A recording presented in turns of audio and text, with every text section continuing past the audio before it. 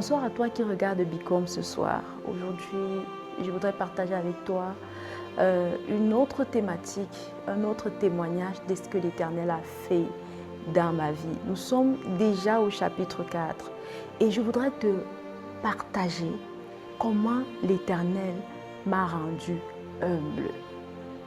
Alors, comment le Christ m'a rendu humble?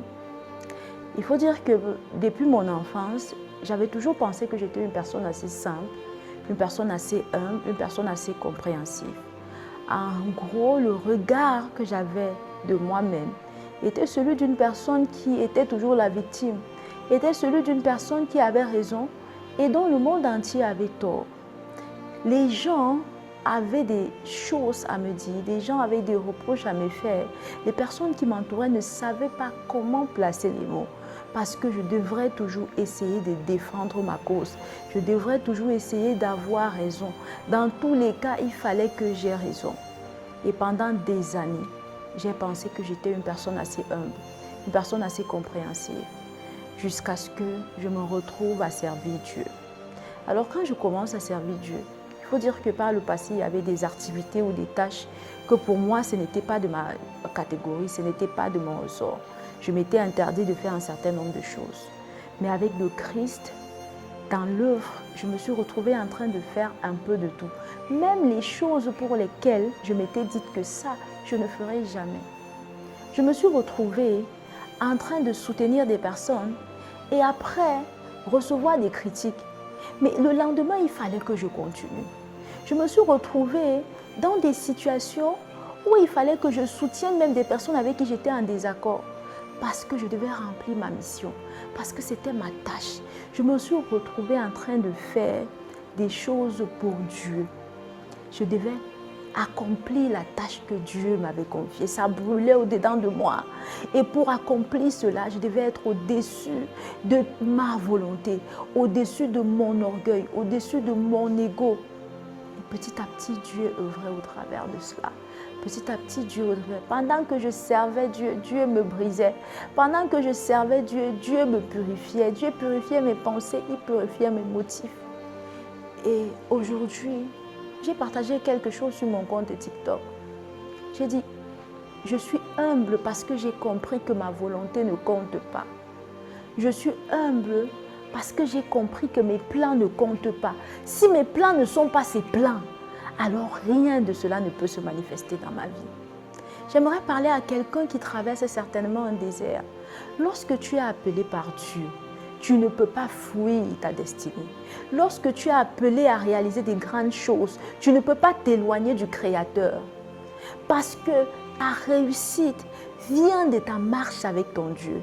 Ton succès vient de ta marche avec ton Dieu. Et ce Dieu-là a besoin que tu fasses comme il veut et non comme tu veux. Alors pendant que je servais Dieu, Dieu a purifié mes motifs.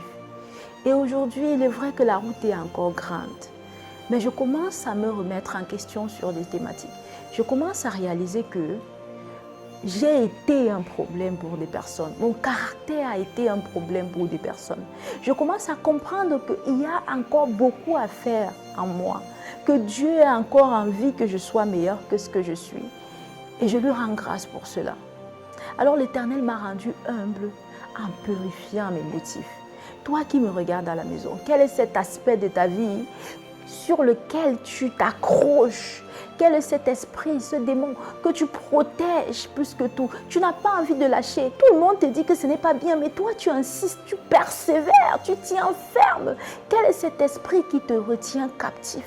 Parce que pendant que tu le fais, tu te dis que tu es aux commandes, alors que tu es en captivité. J'aimerais prier pour toi. Je prie pour toi qui me regarde ce soir.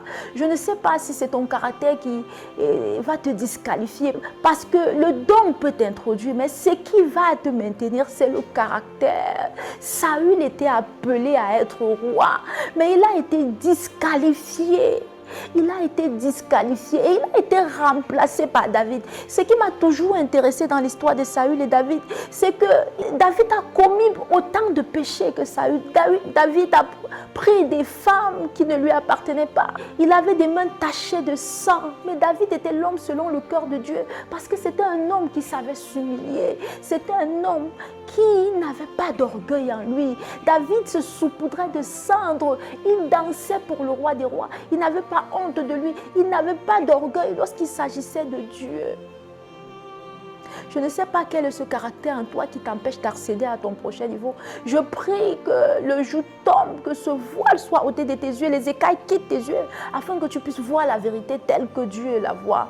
Et toi qui n'as pas encore ce grand Dieu dans ta vie, j'aimerais que tu élèves ta voix. Dis simplement, Seigneur Jésus, me voici, oh Dieu, je te demande pardon. Pardon parce que j'ai vécu jusqu'ici sans te consulter. J'ai vécu ma vie comme je voulais. Aujourd'hui, Père, je t'accepte dans ma vie comme mon Seigneur et mon Sauveur personnel. Efface mon nom, Yaya, dans le livre de mort et inscris-le dans le livre des vies. Merci, Seigneur, parce que je suis sauvée. Au nom de Jésus, Amen.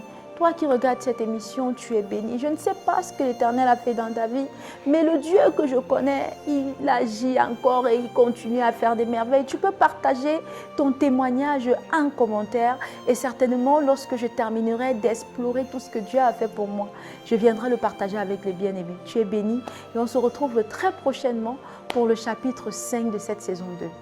À bientôt.